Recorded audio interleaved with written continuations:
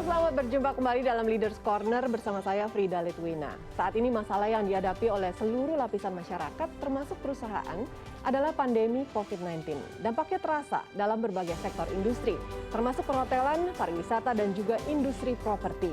Dalam Leaders Corner kali ini, saya akan menggali lebih dalam sosok pemimpin di balik salah satu perusahaan properti yang usianya masih tergolong muda, namun tetap dapat bertahan dan bahkan bangkit di tengah pandemi.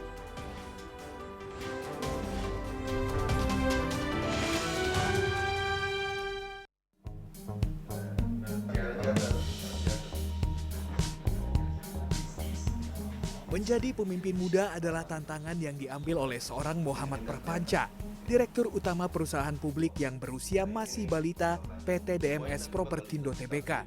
Sarjana akuntansi lulusan 2001 STIE Perbanas ini mengawali karirnya sebagai senior assistant di salah satu kantor akuntan publik ternama di Jakarta.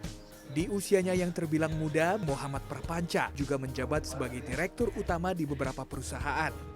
Selain itu, mulai awal tahun 2020 juga merangkap menjadi Presiden Klub Sepak Bola Persija Jakarta.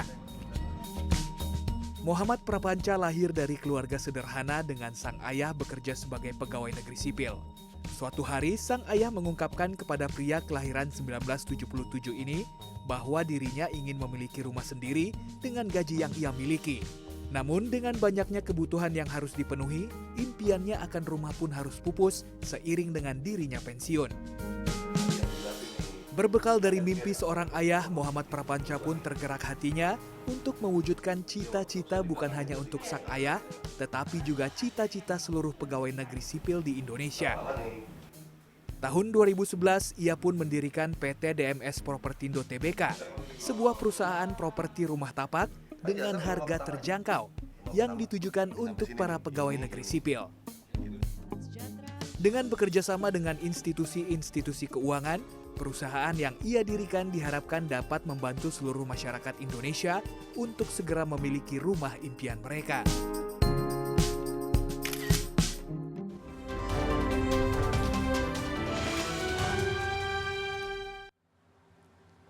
Ya, telah bergabung bersama kami Presiden Direktur PT DMS Propertindo Tbk Muhammad Prapanca. Pak Panca, terima kasih sudah hadir di Leaders Corner. Pak Panca, Anda adalah founder dan juga Presiden Direktur dari sebuah perusahaan properti yang terbukanya ini ya, masih usianya balita ya, baru-baru ini.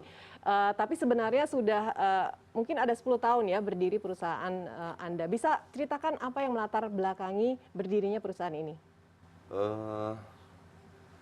Background saya tuh auditor ya.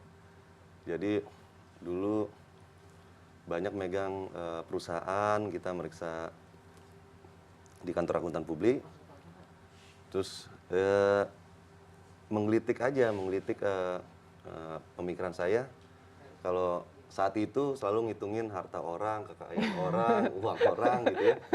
Dan berjalannya waktu sambil nabung dikit-dikit dari apa yang udah saya dapat, akhirnya kita coba membangun satu bisnis baru gitu.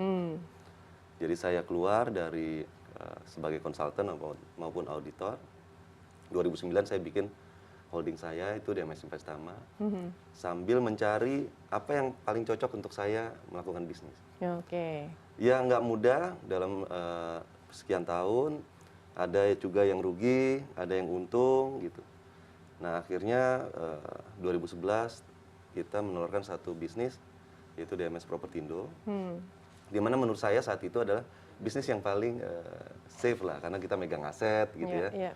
Barangnya kelihatan, mungkin tinggal nunggu waktu nanti tanahnya naik sendiri. Berawal juga dari hal-hal kecil lah. Coba 1.000 dulu, 2.000. 5.000 terus sampai hari ini lah. Kurang lebih itu yang melatar belakangnya. Gitu. Iya, baik. Nah, Pak Panca, kalau saya lihat sebelum menjadi perusahaan terbuka, DMS Propertindo tentunya kan mengalami berbagai persiapan begitu, dan juga ada alasan mengapa perusahaan ini mau dibawa menjadi perusahaan terbuka. Bisa Anda ceritakan? Oke, pada saat menyusun perusahaan baru DMS Propertindo di awal 2011. Ya itu seperti umumnya perusahaan ya tidak mudah juga untuk membangun organisasi yang bisa mengerti visi dan misi ya. seorang pimpinan lah saat itu ya. Jadi bongkar pasang pun kita lakukan lah saat itu. Di perjalanan karena latar belakang saya bukan orang yang warga yang cukup terkenal gitu ya, dan nama saya masih minim di dunia properti, jadi agak susah kita mendapatkan fasilitas permodalan dan orang bekerja untuk saya saat itu ya. Sampai akhirnya ya saya memutuskan untuk mencari dana murah ya, ketemu beberapa pengusaha senior, ketemu teman-teman yang bekerja di di departemen. Mereka memberikan satu encourage ke saya untuk udah IPO aja, ambil dari dana masyarakat itu lebih murah.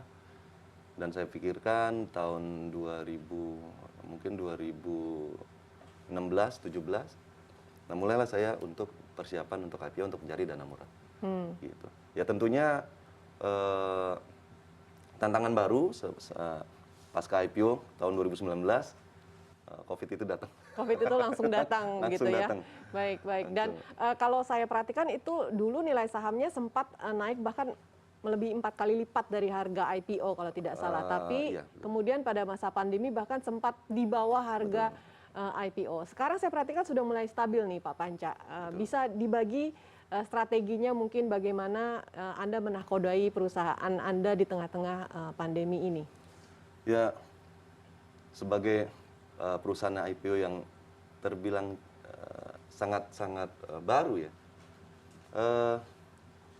datangnya COVID itu membuat saya frustasi juga lah sebenarnya. Kita nggak bisa keluar, nggak bisa ngapa-ngapain, benar-benar stuck ya dengan permasalahan yang ada di dalam perusahaan saya. Tapi ya atas mungkin kecekatan pemerintah, walaupun di antara yang lain Indonesia lebih telat, tapi paling nggak actionnya juga dilakukan dalam waktu tahun 2020 di pertengahan kita udah bisa dicoba buka ya kan, buka tutup. Saya pikir kesempatan ini harus saya manfaatkan untuk mengejar ketinggalan ya selama pandemik ya. Jadi ya pastilah kepercayaan masyarakat mungkin turun ya karena kita tidak bisa melakukan apa-apa. Hotel pun tidak, kebenaran di bawah usaha saya ada hotel, tidak bisa buka ya kan, karena by law ya kan, by aturan saat itu, force major dari pemerintah. Terus ya nggak mungkin kita bangun rumah juga karena nggak boleh ada kegiatan saat itu. Jadi banyak yang terbengkalai lah.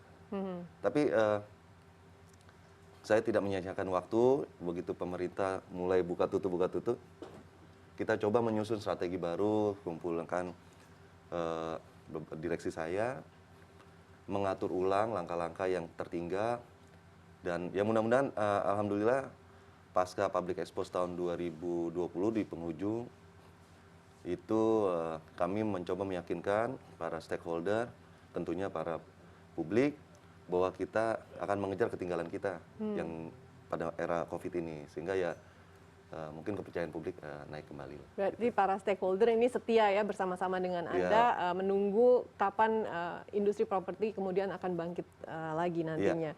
Baik, Pak Panca, proyek apa yang sedang direncanakan nih di tahun 2021 dan ke depannya? Salah satu pilot project saya kebenaran itu membangun smart city lah. Nggak terlalu besar di Bandung Selatan.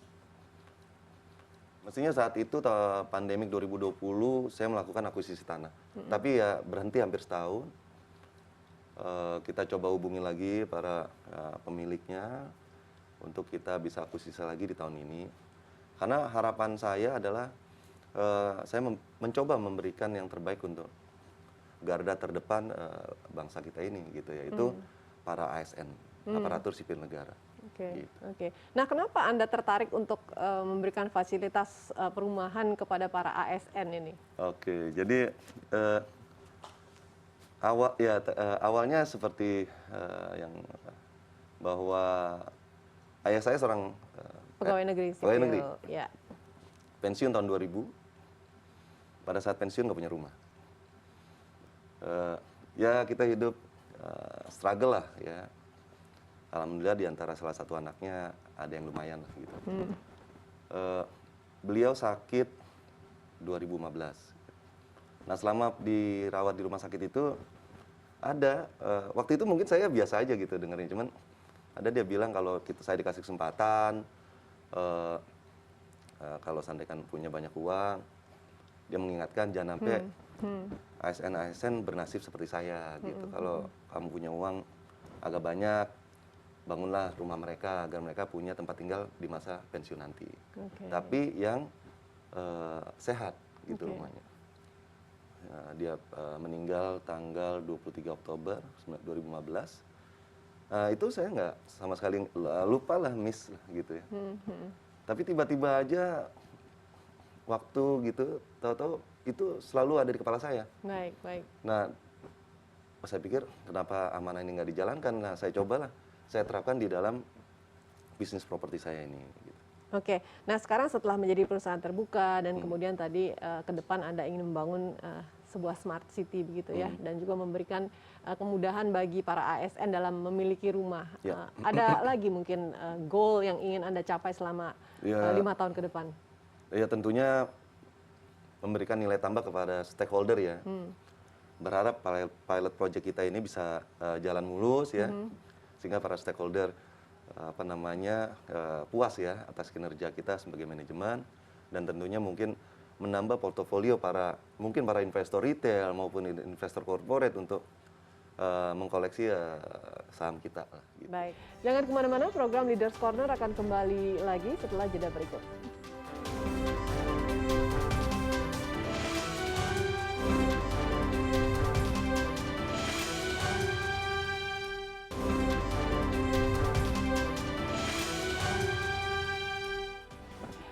Anda kembali menyaksikan Leaders Corner, masih bersama Presiden Direktur PT DMS Propertindo Tbk Muhammad Prapanca. Pak Panca, Anda sudah sukses menjadi seorang auditor.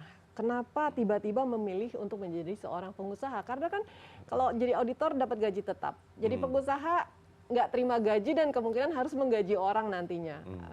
Resikonya dan juga keuntungan apa yang menjadi pertimbangan Anda saat itu? Oke, kalau dibilang sukses jadi auditor belum.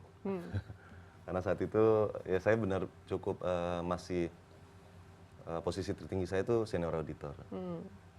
Tapi mungkin ada perasaan untuk melakukan hal yang lebih. Gitu, hanya tinggal di belakang meja ya, duit kertas ini segala macam. Saya lebih senang ketemu orang yang memberikan satu wacana, suatu kreasi. Ini bisa dilakukan loh. Berarti Anda senang mimpi dong ya? Wah, ya, iya. Ya emang awalnya semua karena mimpi. Cuman mimpi itu kita coba define gitu ya. Bisa gak sih dijalankan? Oke, untuk kita buat dalam satu kertas kerja gitu. Dari situ kita nimbul suatu numbers lah.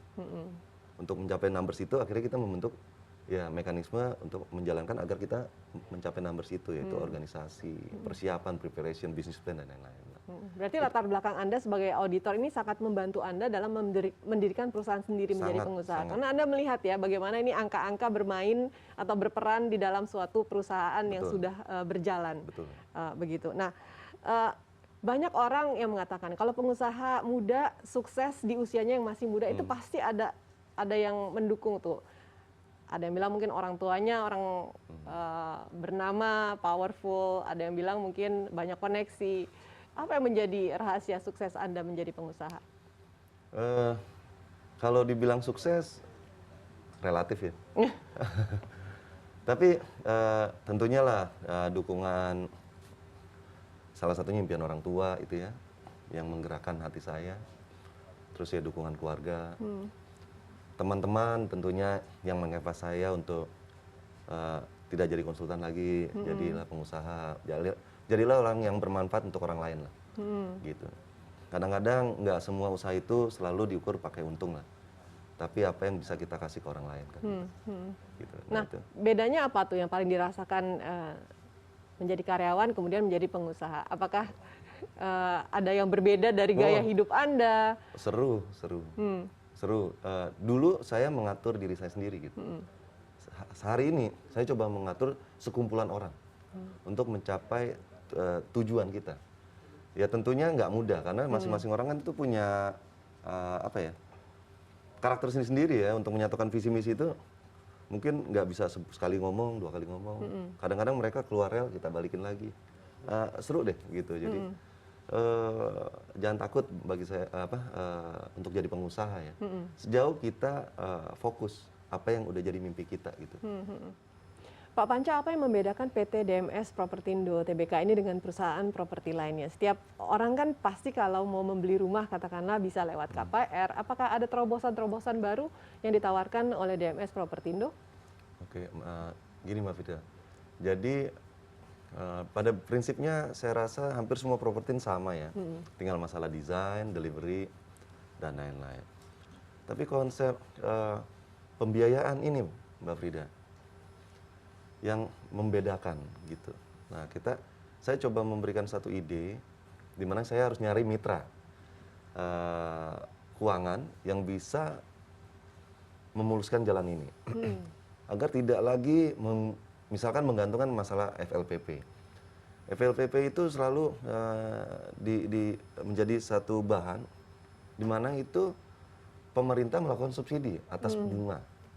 Ya, jadi harganya ditentukan, besaran ditentukan, bangunan ditentukan, besinya ditentukan dan lain-lain. Terus akhirnya apa? Ada cerita DP 0%, di mana sampai hari ini akhirnya ramai dianggap ada penyalahgunaan. Saya kurang tahu pastinya gimana. Tapi menurut saya ada satu konsep di mana hal-hal itu mungkin nggak perlu dilakukan gitu. Konsepnya tetap KPR, tentunya adalah untuk rumah pertama. Jargon-jargon terakhir ini kan dari instrumen keuangan dan penyediaan properti adalah perumahan milenial. Sasarannya adalah milenial. Anak-anak milenial. Nah, tapi begitu kita bicara pembiayaan, ya kecuali orang yang punya yang mampu ya. Begitu orang pembiayaan untuk rumah pertama. Kalau kita bicara milenial tuh baru berapa tahun kerja sih? Apakah gajinya udah cukup besar? Bisa misalnya dia kerja di Jakarta, rumah di Bogor, maka itu dibuat konsep LRT dan lain-lain untuk memurahkan transportasi. Tapi kenapa nggak di seputar Jakarta? Kenapa nggak di seputar Jabodetabek? Itu bisa dilakukan. Bukan murah ya, mungkin harganya karena Jakarta atau sekitarnya tanah udah harganya cukup tinggi, mungkin harganya 500 juta, 600 juta. Tapi kalau difasilitasi dengan bisnis model cicilan ringan, ya bukan murah ya, orang harganya 600 juta, 500 juta, 300 juta. Tapi cicilannya yang cicilannya ringan. Dibikin ringan. Ya kalau seandainya kita bicara kaum anak-anak milenial, ya mungkin 3-5 tahun kerja lah. Mungkin gajinya mungkin 10 juta mungkin, apa 12 juta ya, saya kurang. Per bulan. Per bulan. Kalau seandainya kita bicara pakai konsep infra yang ada sekarang, bentuk KPR, yaitu cicilan 15 tahun atau 20 tahun, DP 10%. Agak susah tuh. Nah, coba kebayangkan Mbak Frida ya? Iya. Nah, konsep ini yang saya mau rubah. Nah, tadi sebelum kemari gitu, kebenaran saya ketemu salah satu cukup tenar lah gitu ya. Saya ceritakan konsep ini gitu. Jadi fresh nih ya konsepnya. Fresh banget sebenarnya. Emang dari tahun lalu saya selalu cari gitu. Nggak mudah untuk menggugah hati orang kan, karena balik lagi hidup kita ini nggak selalu keuntungan kan ya, tapi bermanfaat untuk orang lain walaupun untungnya sedikit. Nah, akhirnya dia tergugah tadi. Dari sekian puluh orang yang saya ketemukan gitu, dia mau gitu. Dia coba atur meeting dengan tim manajemen dia minggu depan lah gitu. Jadi kalau saya sum up ini konsepnya ini adalah sebenarnya memberikan sedikit twist kepada program pembiayaan konvensional yang bisa lebih mudah diakses oleh para kaum milenial begitu ya, dengan cicilan yang ringan. Iya, baik milenial maupun ASN. Dan pada umumnya begitu ya, dan juga ASN. Iya kan mungkin tukang bakso, mungkin agen agen asuransi yang penghasilannya kan nggak stabil. Iya. Marketing, pemasaran lah ya. Kalau disuruh baru kerja 5 tahun terus mesti punya rumah 500 juta, ya kebayang aja. Iya. Untuk hidup tiap bulan aja gimana? Iya. Untuk Jakarta ya. Harus dikorbankan gaya hidupnya berarti gaya per hidup, bulannya. living cost. Karena bayar gitu kan. cicilan itu. Iya. Iya. Nah hal-hal itu yang kita coba absorb gitu. Nah itu yang bisnis model yang akan kita jalankan tentunya. Maka itu proses pengakuisisian tanah yang saya lakukan ini berharap segera selesai tahun ini sehingga konsep ini bisa jalan tahun depan. Oke, baik. Gitu. Mudah-mudahan lancar ya Pak. Amin. Nah, kemudian Anda mendirikan perusahaan DMS Investama. Jadi perusahaan induk dari DMS Propertindo Tbk ya. Nah, DMS itu singkatan dari nama ayahnya Pak Panca kalau tidak salah ya. Iya, betul. Jadi itu saya ada salah juga tuh. Sampai beliau meninggal tuh saya nggak pernah ngasih tahu kepanjangan DMS. Bahkan Gitu. beliau juga tidak tahu. Nggak tahu. Jadi akhirnya saya kasih tahu ke ibu saya bahwa kenapa namanya ini. Saya bilang itu nama inisial almarhum. Oke. Oh gitu, kenapa nggak dikasih tahu? Ya tadinya mau surprise. Kalau bisnisnya semua jalan ya kan. Pak ini untuk mengapresiasi apa yang telah Papa berikan ke saya. Gitu. Oke. Nah Pak Panca, waktu Anda mulai DMS Investama pasti ada visi dan misi yang terbentuk pada saat itu. Dibandingkan saat ini, apakah ada yang berubah? Atau masih sama visi misinya? Tetap sama, Yaitu? cuman mungkin kompleksitasnya makin besar. Jadi di dalam holding kita DMS Investama itu ada beberapa perusahaan yang unit lain ya, selain DMS Propertindo Tbk yang sekarang udah listed di 2019. Harapan saya tiap unit itu bisa listed nanti ke depan, tapi ya tentunya perlu waktu lah karena juga kita baby bond gitu ya. Tapi salah satu unit kita mungkin rencananya tahun ini ada yang akan IPO juga, mudah-mudahan kalau lancar. Jadi seluruh anak perusahaannya ingin di IPO kan? Rencananya. Kalau bisa ya begitu. Rencananya. Baik. Pak Panca, selain bidang properti, bidang apa lagi yang juga dicakup oleh DMS Investama? Directly, indirect dan directly ada beberapa ya. Jadi kami itu ada perusahaan yang bergerak di bidang medical equipment. Supporting untuk ortopedi, surgery, terus kita ada rumah potong ayam, ya. Rumah potong ayam, Potong ayam. Indirectly kita ada shipping company, gitu, yang rencananya nanti tahun ini, insya Allah nanti kita mau IPO kan. Ada indirectly juga bisnis keuangan, yaitu aset manajemen dan pegadaian.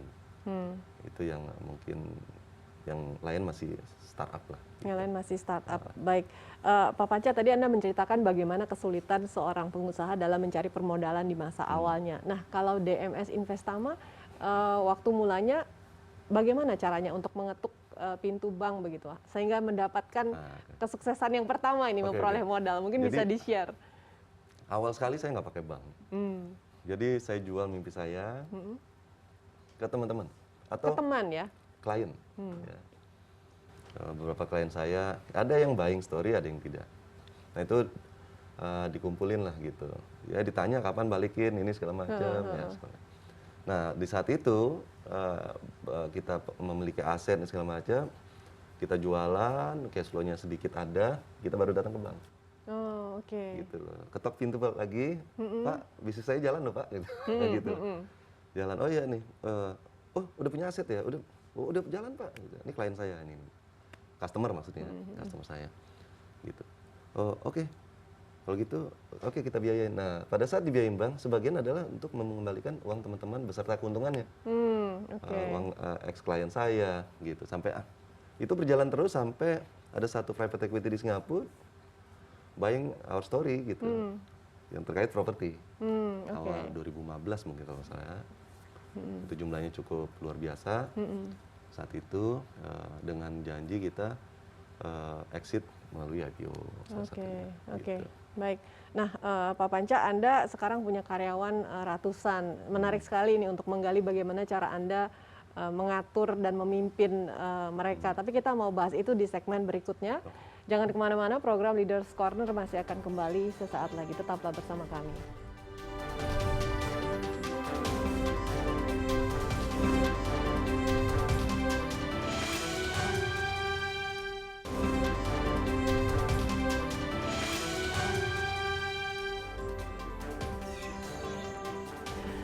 masih bersama kami di Leaders Corner dan di segmen kali ini kita akan membahas soal gaya kepemimpinan. Nah, Pak Panca, menurut Anda karakter seperti apa yang harus dimiliki oleh seorang pemimpin?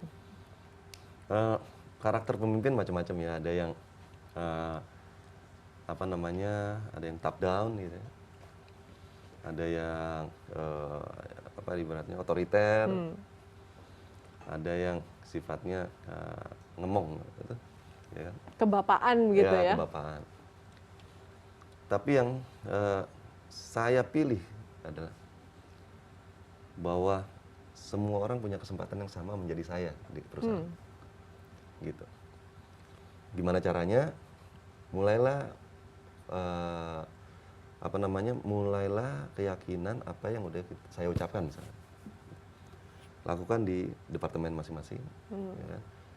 Jadikan departemen itu menjadi profit center. Gitu. Nanti dia akan berusaha untuk berusaha untuk mengerjakan hal apa yang saya inginkan, tapi dengan seefektif, efisien mungkin. Nah, kalau seandainya dia bagus ya, kita bikin bisnis baru di mana dia akan jadi pimpinannya. Oh begitu. Nah, Okay. Jadi saya selalu bilang ke karyawan saya, kalau kita sukses gitu, mungkin saya pengen semua karyawan saya pengen punya Ferrari gitu, walaupun Ferrari saya yang paling mahal gitu, tapi semuanya punya Ferrari gitu. Okay. Itu yang harus saya tanamkan ke mereka, bahwa kalian bukan karyawan saya, kalian mitra saya. Okay. Gitu. Kalau ada kendala didiskusikan, makanya itu ada jadwal meeting, monthly meeting, weekly meeting. Kalau ada pertanyaan, ada advice gitu ya, apa istilahnya curcol kali ya, itu saya open 24/7 untuk mereka. Okay. Tapi kalau selama mereka diam, asumsi saya ya dia melakukan kerjaannya gitu. Tinggal kita lihat resultnya bagus apa enggak. Okay. Gitu. Nah, dilematis tidak sih Anda mengencourage karyawan Anda seperti ini untuk jadi entrepreneur juga, pengusaha seperti Anda? Karena kalau nanti bisnisnya atau unit bisnisnya profitable, dia bisa jadi pemimpinnya begitu. Ya, basically semua perusahaan kan nggak bisa kita pegangin terus. Dengan bertambah usia, pasti kemampuan kita menurun, daya pikir kita berkurang ya, nggak setajam lagi, mungkin nggak gerak cepat lagi, gerak cepat gitu. Kasih suksesi ya, gitu. Anak-anak muda bahwa mereka punya dream juga kan. Okay. Setiap orang punya mimpi kan. Mbak Frida kan pasti punya mimpi juga ya. Yeah. Gitu ya.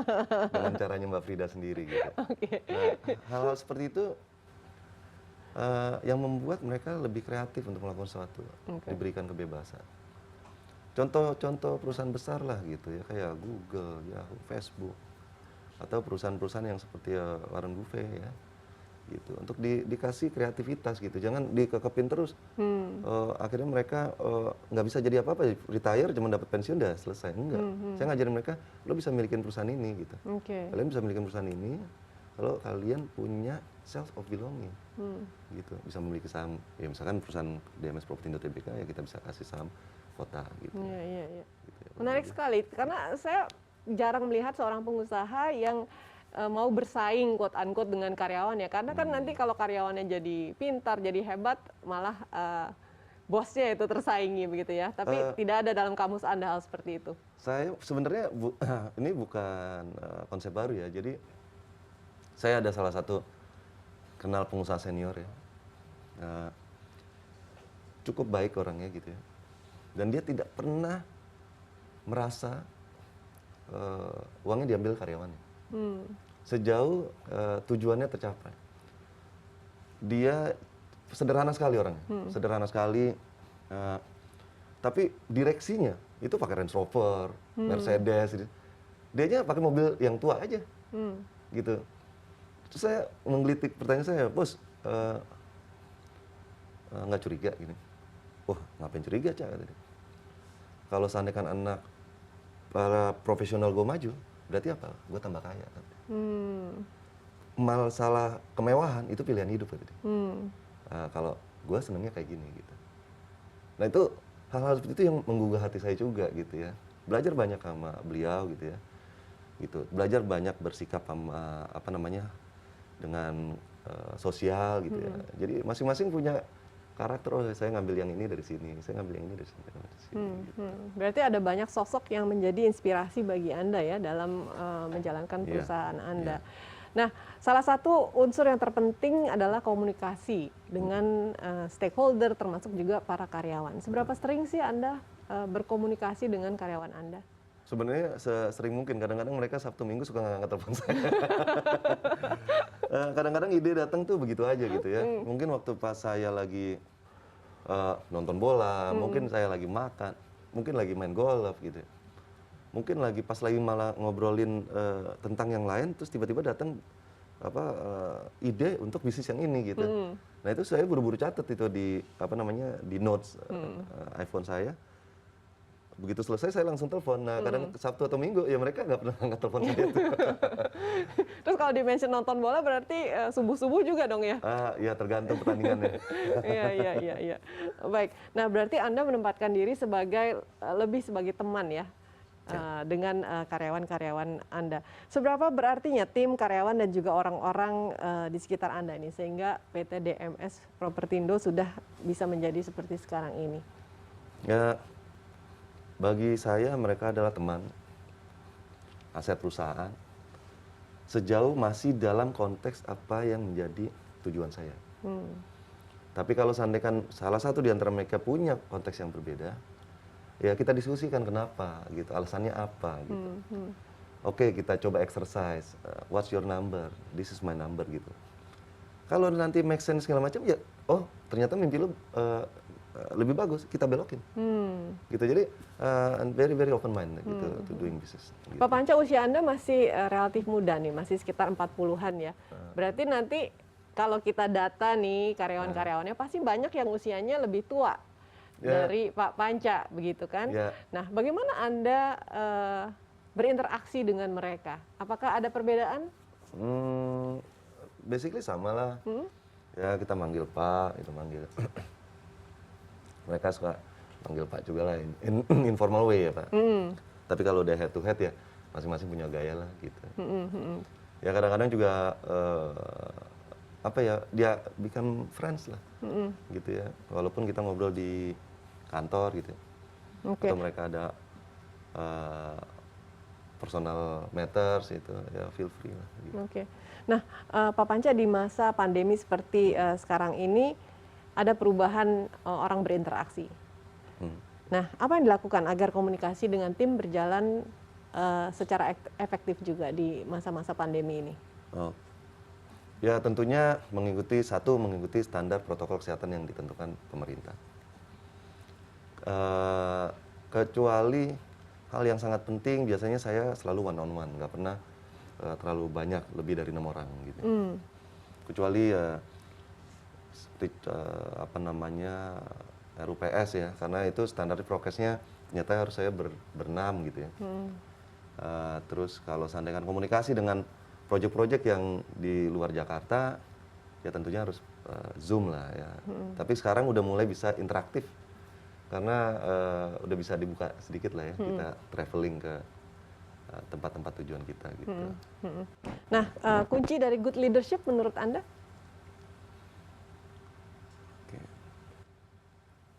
Mikirnya agak lama nih good leadership. Karena Anda mungkin merasa sebagai teman. Betul. Jadi kalau konsep leadership mesti mikir dulu. Karena bagi saya leadership itu kan posisi aja kepemimpinan gitu ya, untuk mengorganisasi ya, men-brief orang ya, mendrive orang ya. Karena saya selalu beranggap sama rata gitu ya. Cuman mereka kalian kerja untuk saya, bukan berarti saya bos kalian. Terbuka saja maunya kayak apa, ini segala macam. Kita coba diskusi secara as a friend. Walaupun konteks job desk-nya adalah mereka tugasnya di sana finance, tugasnya legal, tugasnya SDM, itu konteksnya masing-masing gitu. Jadi kalau ditanya masalah leadership, sejauh mereka masih menjalankan apa yang menjadi visi misi saya di job desk masing-masing, saya rasa kita semua leadership lah untuk pertanggungjawaban sesuai dengan unitnya masing-masing. Jangan kemana-mana, program Leaders Corner akan kembali lagi setelah jeda berikut.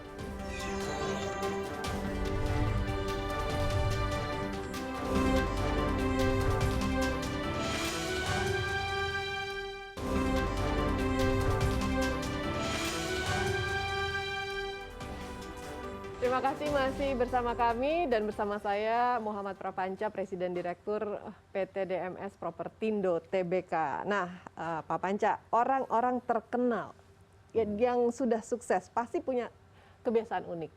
Kebiasaan unik Anda apa? Ya kan saya belum terkenal, jadi nggak punya kebiasaan Jadi unik. nggak punya kebiasaan unik. Kebiasaan umumnya. Oke, kalau gitu mungkin ada suatu pola hidup yang bisa Anda share dengan para pemirsa. Suatu pola hidup yang mungkin membentuk karakter Anda sehingga bisa menjalani kehidupan yang sekarang ini. Ya bersosialisasi ya. Hmm. Sosialisasi ya, kita ada hobi ya, main golf gitu ya. Oke. Gitu. Kadang kalau di rumah, kalau lagi kita pressure tinggi gitu ya, Iya. biasanya saya nyanyi. Nyanyi? Nah, Oke. Jadi dengerin musik terus sambilnya ngikutin. Kemudian di rumah ada studio mini lah. Jadi kadang-kadang suka saya seneng dengerin suara saya sendiri gitu. Di rumah. Jadi bikin recording ini, oh bagus gak? Kalau enggak ya coba lagi dong, bagusin. Nah, kurang lebih seperti itulah. Selebihnya hobi berenang, saya hobi berenang. Oke, berarti bukan hanya bekerja ya, tapi juga perlu untuk bersosialisasi, Ya. bahkan melalui hobi yang Anda lakukan seperti Ya. main golf, kemudian nyanyi, Anda Ya. juga meluangkan waktu untuk me time seperti Iya, berenang seperti itu ya. Kalau anak-anak sekarang bilang me time. Oke, nah Pak Panca, sosok yang menjadi inspirasi hidup Anda siapa? Tadi di segmen sebelumnya Anda pernah menyebutkan ada salah seorang pengusaha yang cukup terkenal nih, yang menjadi panutan Anda. Kira-kira bisa Anda share lagi, mungkin ada sosok siapa, terkenal atau tidak terkenal yang menginspirasi Anda? Banyak sekali lah ya. Contohnya di mana almarhum papa gitu, yang membentuk saya untuk menjadi orang apa adanya gitu. Bisa bilang bisa, enggak bilang enggak. Dan pada saat kita muda ya, kan banyak keinginan lah, apa segala macam lah, apa ya, ambisius. Waktu saya jadi auditor, ada senior manager saya bilang, jadi lagi habis pulang dari klien, habis audit, di depan saya ada mobil Jaguar, tahun 2000, mungkin 2001 kalau nggak salah, tahun 2001. Saya bilang gitu, hebat nih bos, saya bilang, orang ini pasti kayaknya setengah mati. Tapi nyari duitnya gimana ya? Gitu. Dia cuma bilang gini, jangan pernah iri sama rezeki orang. Gitu. Apa yang kita lakukan kita terima kasih sama Tuhan. Apapun hasilnya kata dia. Tapi kalau lo udah mulai ngintip rezeki orang atau sirik gitu, nggak bakal sukses. Itu saya pegang. Oke. Gitu. Ada lagi cara berkomunikasi sama orang. Ada yang saya mentorkan gitu ya. Lalu akhirnya sekarang berbalik. Gitu. Jadi dia malah minta mentor untuk jadi pengusaha gitu. Oh gitu. Itu ada juga. Gitu. Masing-masing ada karakter saya terbentuk dari beberapa orang lah. Oke. Itu udah campuran ya, baik dari orang tua maupun dari berinteraksi sosial. Oke, dari ayah Anda, kemudian rekan-rekan bisnis, Ya. dan juga mungkin yang dulunya klien Anda, Iya betul. dulunya bos Anda, Iya. dan sekarang mungkin sudah jadi teman. Support system yang menjadi bantalan kalau Anda mungkin jatuh atau susah, siapa saja support system di sekeliling Anda?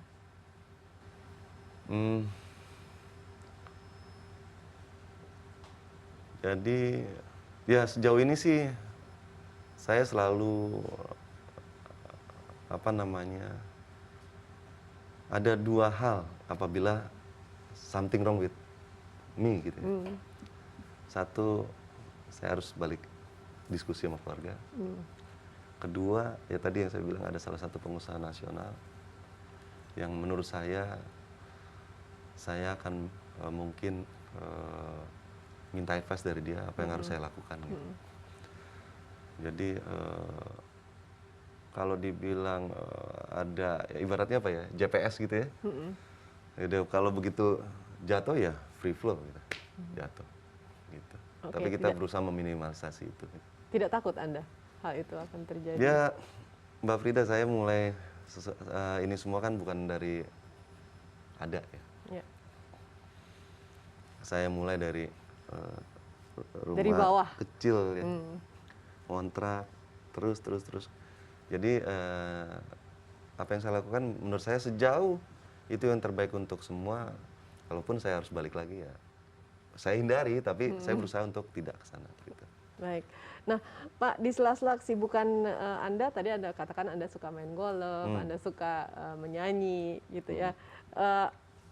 Apakah yang kemudian Anda pikirkan gitu saat Anda bernyanyi atau main golf? Apakah masih pikir soal pekerjaan atau ada hal-hal lain tidak sih yang ada di benak Anda? Ya karena kalau menjalankan ngilangin hobi? ini aja, ngilangin apa namanya, ngilangin stres lah ya, ngilangin. Jadi Anda tidak pernah berpikir, oh ini buang-buang waktu nih, saya lagi golf, aduh seharusnya saya bisa do business. Atau saya lagi nyanyi, aduh seharusnya saya bisa do Oh business. enggak juga sih, kan Begitu. itu Tidak ya, waktu tidak pernah. yang benar-benar dipilih banget gitu ya. Kalau kita ikutin terus tuh teman-teman main golf tiap hari ya pusing juga kita kan. Iya. Jadi kadang-kadang kita ngatur waktu, pasti ya golf ya hari ini ya. Jadi benar-benar saya Jadi seharian itu schedule yang teratur juga betul, menjadi kunci ya. disiplin Oke, pas waktu oke. kita. Nah, mungkin singkat saja moto hidup Anda, Pak Manca. Moto hidup ya, selalu. Jadi gini, di rumah saya itu kalau Mbak Frida masuk itu ada lukisan. Itu kura-kura lagi berenang. Kura-kura yang berenang. Oke. Nah, judul lukisan itu Struggle of Life. Oke. Itu yang saya pilih jalan sampai hari ini. Oke, baik. Kita akan lanjutkan kembali perbincangan mungkin lebih dalam mengenai kegiatan sampingan Anda nih sebagai Presiden Klub Persija. Oh. Baik. Jangan kemana-mana, program Leaders Corner masih akan kembali lagi setelah jeda berikut.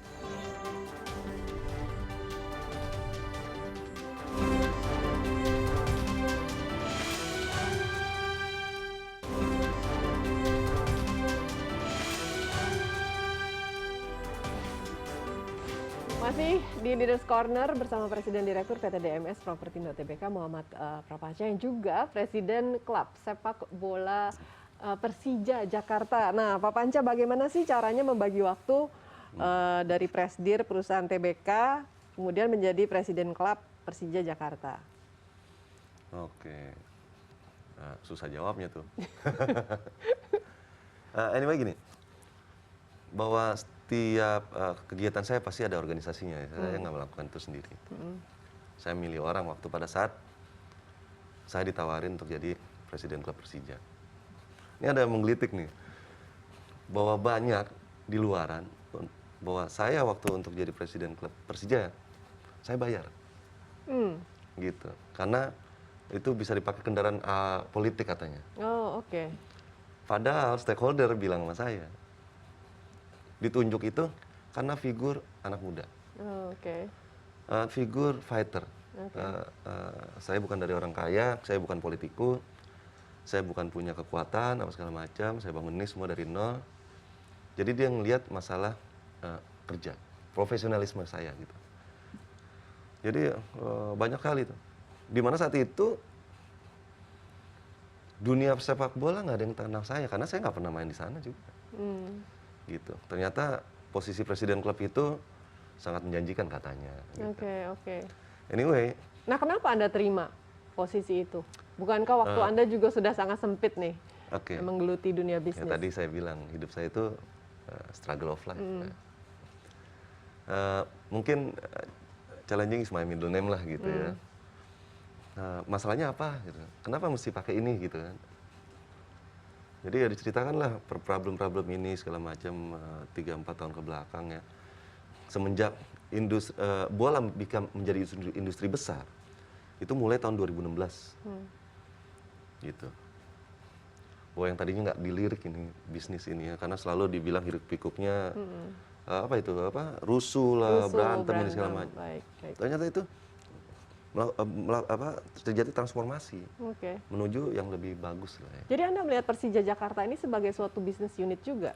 Iya, tapi asetnya aja berbeda, how to run-nya berbeda, regulatornya berbeda. basically sama seperti kita mengurus perusahaan lah. Oke. Gitu. Tapi berbeda. Berbeda bentuknya. Nah, tantangannya apa? Perbedaannya apa? Eh, balik lagi nih, kalau di perusahaan, karyawan itu tetap. Oke. Kalau di bola, pemainnya kita kontrak. Hmm. Kalau bagus terus, kalau enggak. Mirip-mirip dong Pak Panca, kalau di perusahaan kan juga ada pegawai kontrak. Betul, tapi lebih di bola nggak bisa kita jadi karyawan tetap. Iya, iya. Karena Semuanya kontrak gitu ya. karena ada Tidak ada masa. pemain tetap ya. Nah, nggak ada masa ini. Gitu. Kecuali dia emang terus, pasti kan dia nanti negosiasi harganya naik turun, nah segala macam. Iya. Tantangannya saat saya jadi presiden klub Persija, COVID datang. Jadi banyak program saya yang tertunda. Nah ini kita coba jalankan lagi. Dan masa tidak boleh berkumpul untuk menyaksikan suatu pertandingan sepak bola. Betul, Berarti ada kerugian besar dong di situ cukup ya. besar yang harus dipikirkan oleh para pemangku jabatan untuk mempertahankan industri bola ini. Nah, Gimana yang dilakukan caranya? Persija apa ini? Kita coba surviving ya. Dari sponsor yang ada, kita coba untuk mengkolek yang remaining balance, walaupun ya diskusi terus lah. Ya. Merchandise kita turun cukup jauh karena tidak ada kegiatan sepak bola. Karena kenapa orang jarang mau beli. Iya, ya kalau nggak nonton bola dia nggak pakai baju nggak seru bola kan, begitu. gitu. Ya. Nah, dari konsep kenapa saya terima ini karena saya mau melakukan perubahan. Oke. Gitu. Saya pengen masa Eropa doang sih liganya keren-keren. Di sini juga keren loh. Oh, Jepang kenapa? Thailand, Indonesia basically bisa punya bahan gitu. Tentunya kebesaran hati semua orang untuk melakukan hal itu bersama-sama. Baik. Gitu. Baik. Nah, pemain favoritnya nih siapa di Persija? Nah, pemain favorit saya itu sekarang jadi manajer saya, Bambang Pamungkas. Bambang Pamungkas. Oke. Gitu. Oke. Nah, ada goal ke depannya Pak melihat kondisi pandemi saat ini untuk dunia olahraga terutama untuk sepak bola ya. Menurut informasi yang ada ya, bola ini akan jadi barometer untuk kegiatan olahraga lain bisa bergerak, bisa melakukan kompetisinya masing-masing lah. Oke. Jadi saya berharap mudah-mudahan dengan prokes yang udah ditentukan dari pihak Liga Indonesia Baru, LIB, PSSI, Menpora, kalau ini dijalankan dengan baik, tidak jadi klaster baru, ya mungkin dalam persentase tertentu ya yang diizinkan. Saya harap Liga 1 2021 bisa jalan. Kenapa? Dampak perekonomiannya cukup besar juga ke menengah bawah. Oke. Satu pertanyaan terakhir untuk Pak Panca sebelum kita tutup perbincangan. Apa yang Anda harapkan ke depannya terhadap PT DMS Propertindo Tbk dan juga mungkin apa yang Anda harapkan dari kemajuan yang sudah dilakukan nih di Persija? Untuk ya pada umumnya ya untuk bisnis saya berharap ini semua perusahaan berjalan dengan baik lah, memberikan nilai tambah, lebih maju lagi dari hari ini, dan tentunya memberikan nilai manfaat kepada baik saya maupun kepada karyawan-karyawan. Ya. Baik perusahaan yang udah listed, nanti yang mau listed yang akan kita listedkan gitu ya. Belum dikasih tahu nih Belum. Pak apa yang mau dilisted. Tunggu tanggal mainnya. Tanggal mainnya. Terus terkait Persija, sesuai komitmen visi misi saya sebagai presiden klub, saya akan jalankan lagi dengan catatan regulator dalam hal ini federasi, Menpora, pemerintah, dan pihak keamanan, kepolisian, dan TNI. Apabila ini semua jalan, itu akan memberikan dampak yang bagus sekali. Gitu, bahwa saya janji saat itu, saya akan memberikan hiburan terbaik di stadion. Baik, gitu. amin. Baik. Amin. Terima kasih dan semoga sukses dan terlaksana Pak Terima kasih semua Mbak Frida. tujuan dan cita-citanya ke depan. Amin.